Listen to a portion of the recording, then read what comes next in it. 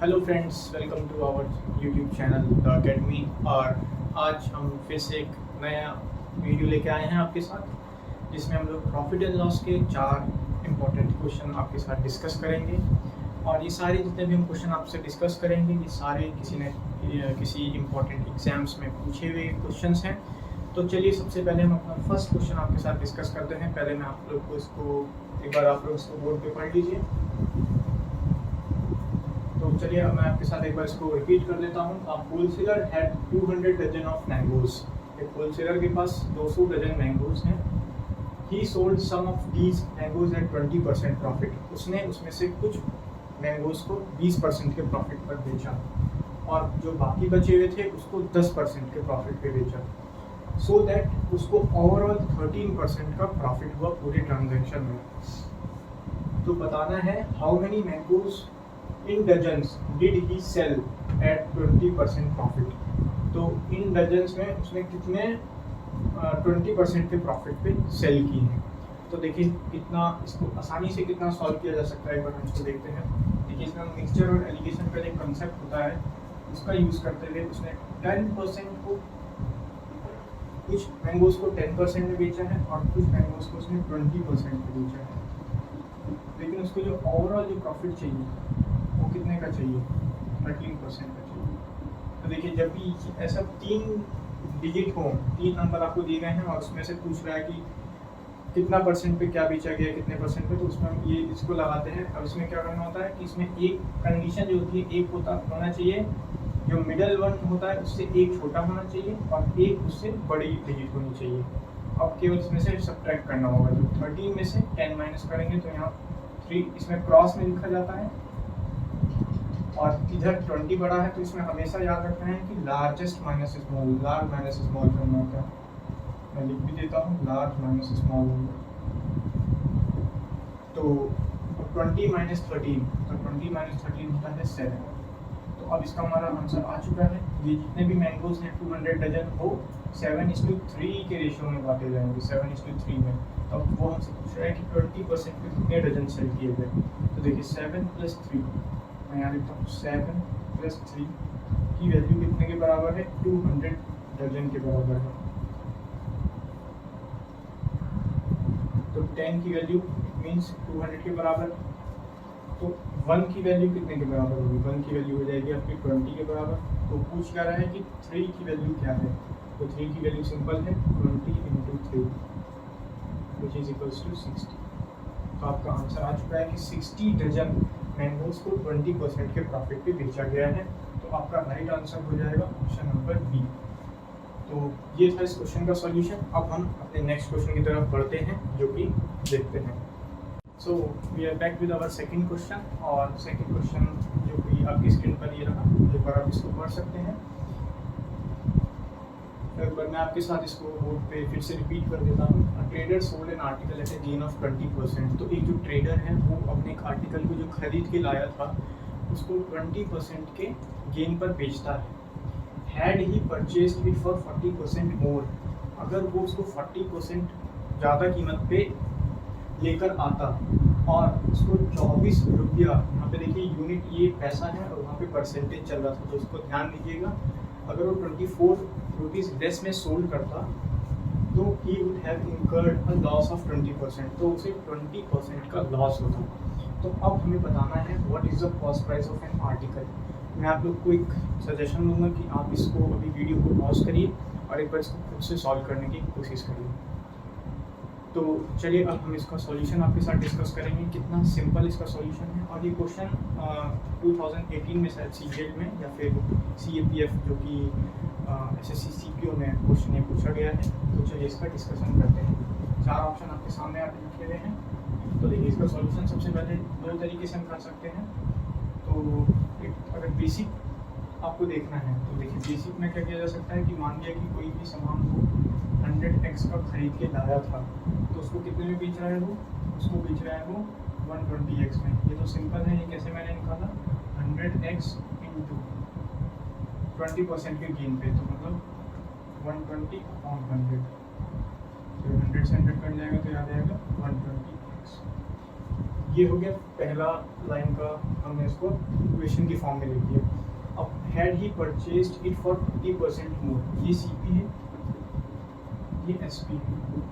अब वो बोल रहे हैं कि अगर 40% मोर में लेके आता, इट मीन्स कि वो 140x में लेके आता और 24 रुपीज़ लेस में बेचता, इट मीन्स 96 नहीं लिखना है, 96 ये एक अलग यूनिट है और जो रुपीज़ है वो एक अलग यूनिट है।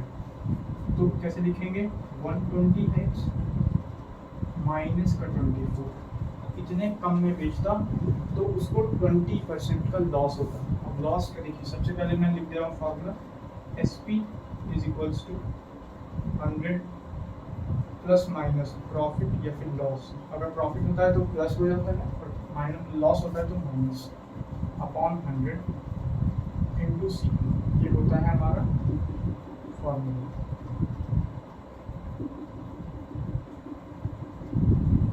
ये होता है फार्मूला। तो इसी को अप्लाई करेंगे। यहाँ पे SP क्या दिया हुआ है, 120x माइनस का 24 इज इक्वल्स टू, उसको प्रॉफिट हो रहा है कि लॉस, उसको हो रहा है लॉस, कितने का, 20% का। तो 20% का loss, it means 100 minus 20 upon 100 into CP क्या है, CP ये है हमारा CP 140x। अब इसको सिंपली अगर हम सॉल्व कर लेंगे तो हमारा आंसर आ जाएगा। देखिए यहाँ पे ये हो जाएगा 50, इसको यहीं काटेंगे तो यहाँ 4 और ये 5 को इधर भेजेंगे तो 600 x माइनस का 120 is equals to 140 into 4, it means ये हो जाएगा हमारा 560x।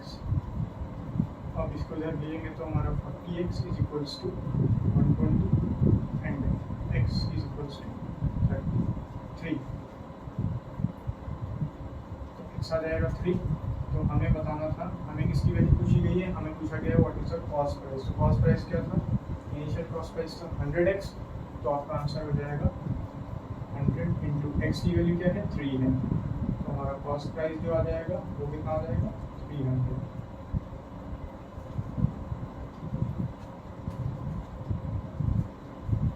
तो हमारा राइट आंसर है यहाँ पे ऑप्शन नंबर B 300। इसी को हम एक और तरीके से भी डिस्कस कर सकते हैं। देखिए इसको दूसरा तरीका, आप इसको नोट डाउन कर लीजिए।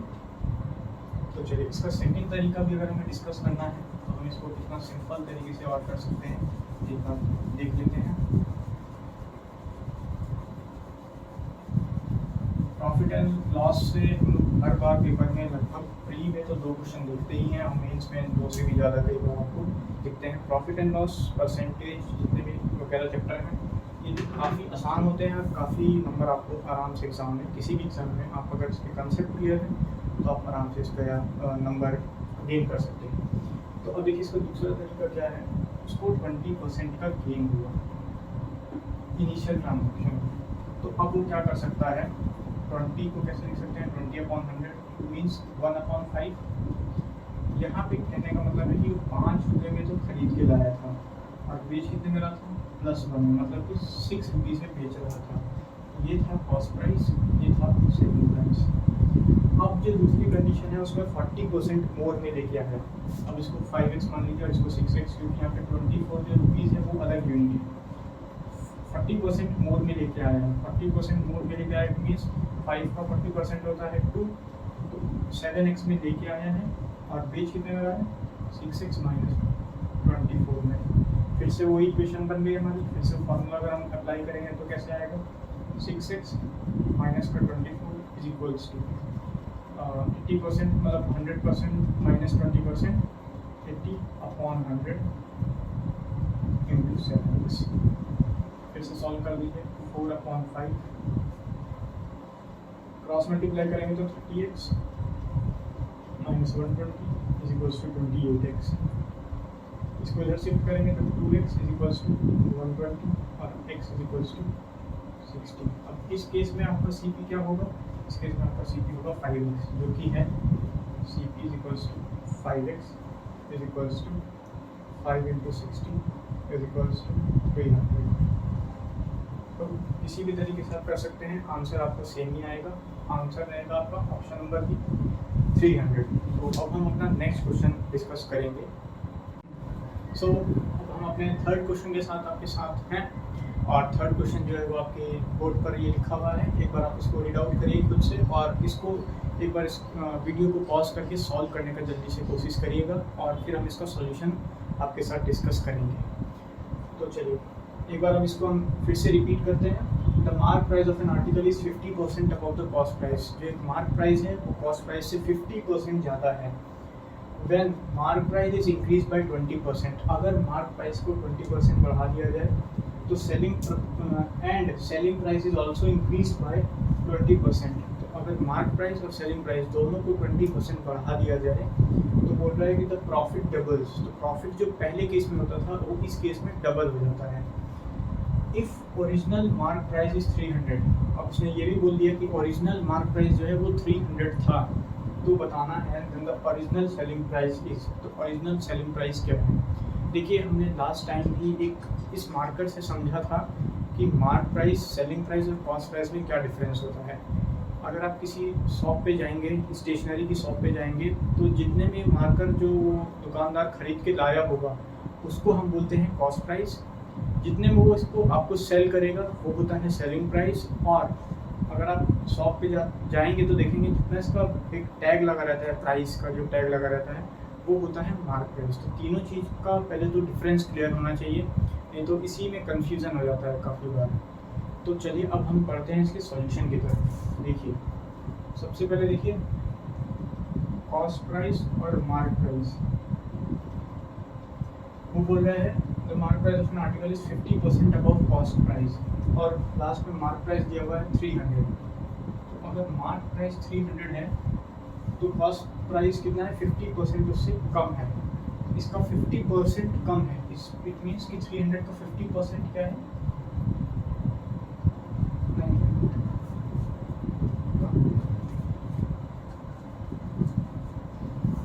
The mark price of an article is 50% above the cost price. तो मैंने माना कि कॉस्ट प्राइस x है, इससे 50% ज़्यादा है हमारा मार्क प्राइस। तो देखिए इसको पहले कॉस्ट प्राइस कैसे निकालेंगे? 50% ज़्यादा है,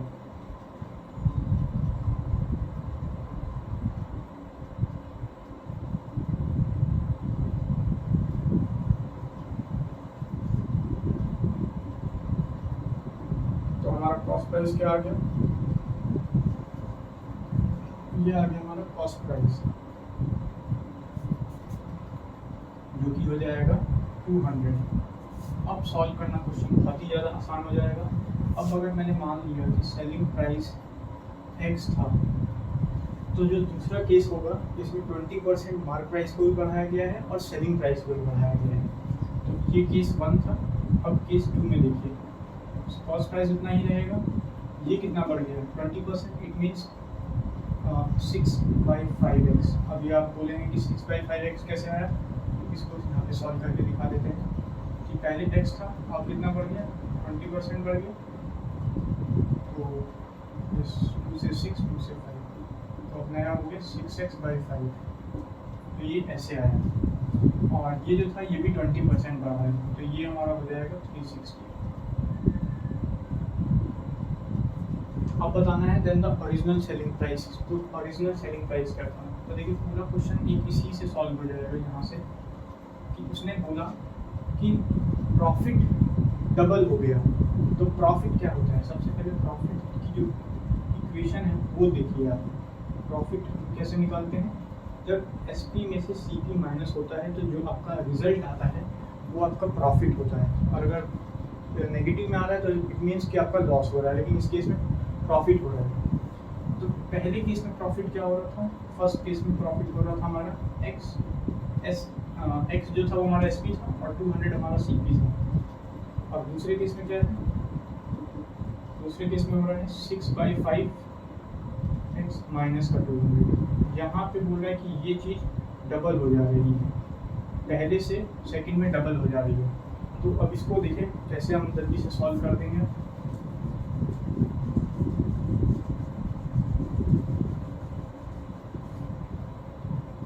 देखिए यहाँ फर्स्ट केस से सेकंड केस में प्रॉफिट डबल हो जा रहा है। इट मीन्स कि हम 6/5x माइनस का 200 equals to double the profit in the first case, x minus का 200।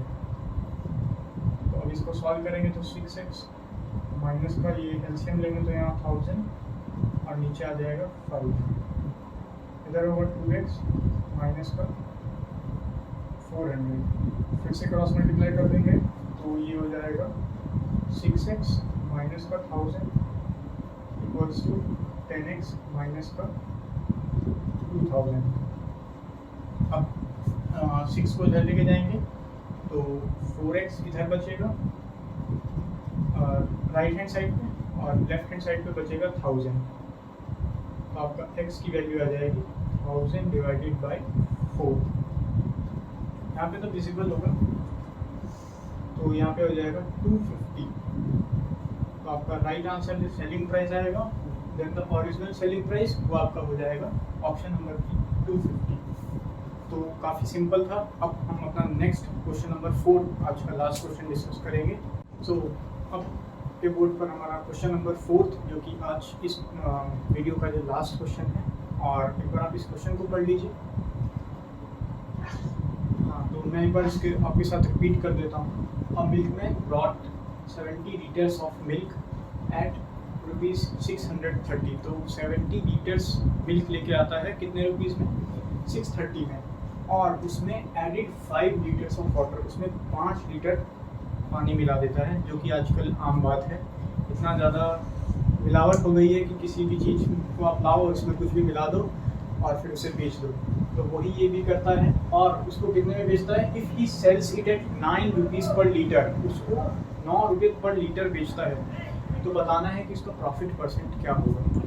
तो देखिए इसको स्टार्ट करते हैं। वो लाता है 70 लीटर कितने रुपीज़ में? 630 में। तो 1 लीटर कितने का पड़ेगा? 1 लीटर पड़ेगा 630/70। इट मीन्स कि 9 रुपीज़ पर लीटर पड़ रहा है उसको। 9 रुपये पर लीटर वो दूध खरीद के लाया। और अब उसमें क्या किया उसने? सिंपली 5 लीटर 5 लीटर जो है वो क्या मिला दिया? वाटर ऐड कर दिया।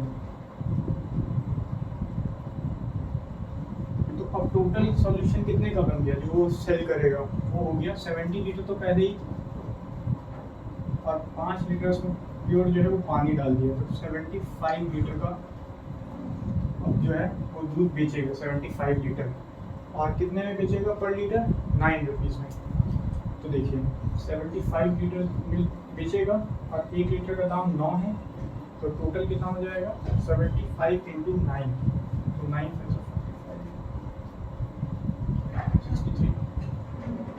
675 में बेचेगा। तो पूछ रहा है कि उसका प्रॉफिट परसेंट क्या है।